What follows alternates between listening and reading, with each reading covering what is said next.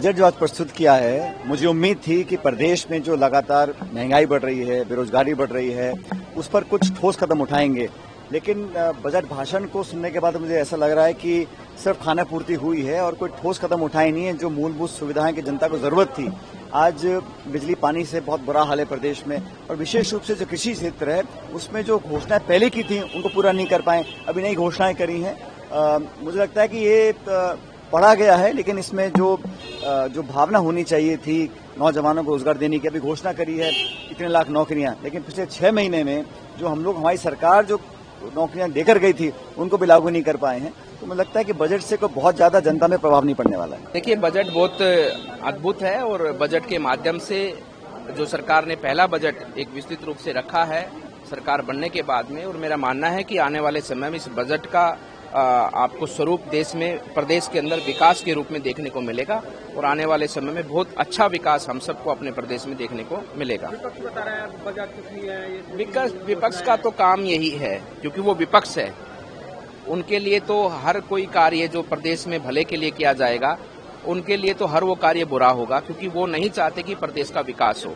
और भाजपा की सरकार चाहे पक्ष में हो चाहे विपक्ष में हो, भाजपा के जन नेता हमेशा देश की जनता का भला चाहते हैं, प्रदेश की जनता का भला चाहते हैं, और उसी भाव से माननीय प्रधानमंत्री जी और हमारे भजनलाल जी, माननीय मुख्यमंत्री जी, इन सब ने मिलकर इस बजट को प्रदेश को समर्पित किया। और मैं मानता हूं कि आपको ये बजट, इस बजट की घोषणाएं, इस बजट के कार्य आने वाले समय पर प्रदेश में आपको स्वयं बोलते हुए दिखेंगे। देखिए, विपक्ष जिसके पास कोई मुद्दा नहीं बचा है, समझना चाहिए कि जब 3.25 घंटे का भाषण माननीय वित्त मंत्री जी का था, राजस्थान की जनता के कल्याण का बजट था, सभी वर्गों को उसमें समावेशित किया गया है। आने वाले समय में अभी कोई चुनाव नहीं है, अगर चुनाव होता तो समझ भी सकते, चुनाव का घोषणा पत्र भी हो सकता है, लेकिन फिर भी आने वाले समय में विकसित राजस्थान बनाने के लिए ये जो बजट है बहुत ही बेहतरीन बजट है, सभी वर्ग से खुश हैं। और मैं सोचता हूं कि आने वाले 5 वर्षों के लिए ये जो आज बजट पेश हुआ है बहुत महत्वपूर्ण रहेगा। राजस्थान के प्रत्येक वर्ग को, प्रत्येक कोने कोने में सबको समावेशित किया गया है। सड़क, पानी, चिकित्सा, शिक्षा, बिजली, जिस प्रकार के इससे घोषणा बजट में हुई है, निश्चित इसका इम्प्लीमेंट भी हम लोग इसी वित्तीय वर्ष में करेंगे।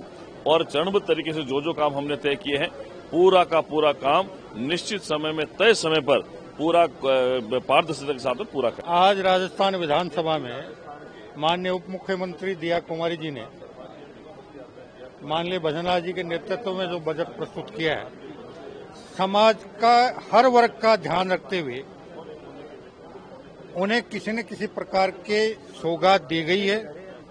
और ये बजट राजस्थान के विकास के लिए एक मील का पत्थर साबित होगा।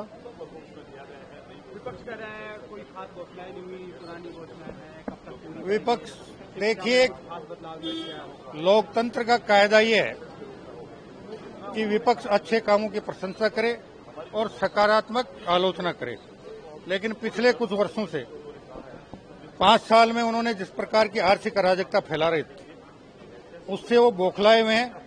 और हमारी सरकार, भारतीय जनता पार्टी की सरकार, जो सकारात्मक काम कर रही है, जो प्रदेश की उन्नति के लिए कड़ी मेहनत करी है, वो उन्हें पच नहीं पा रहा है। इसलिए वो निश्चित रूप से नकारात्मक आलोचनाएं करेंगे, सकारात्मक आलोचना की हम उनसे उम्मीद भी नहीं करते। को भी बीच में रोकना पड़ा, टोकना पड़ा, डोटासरा जी। अब ये तो एक लोकतंत्र का मखौल है। बाकी कायदा, विधानसभा में बजट के समय सबको शांत रहकर सुनना चाहिए, और जब बजट बहस का समय आए उस समय अपने अपने विचार व्यक्त करने चाहिए।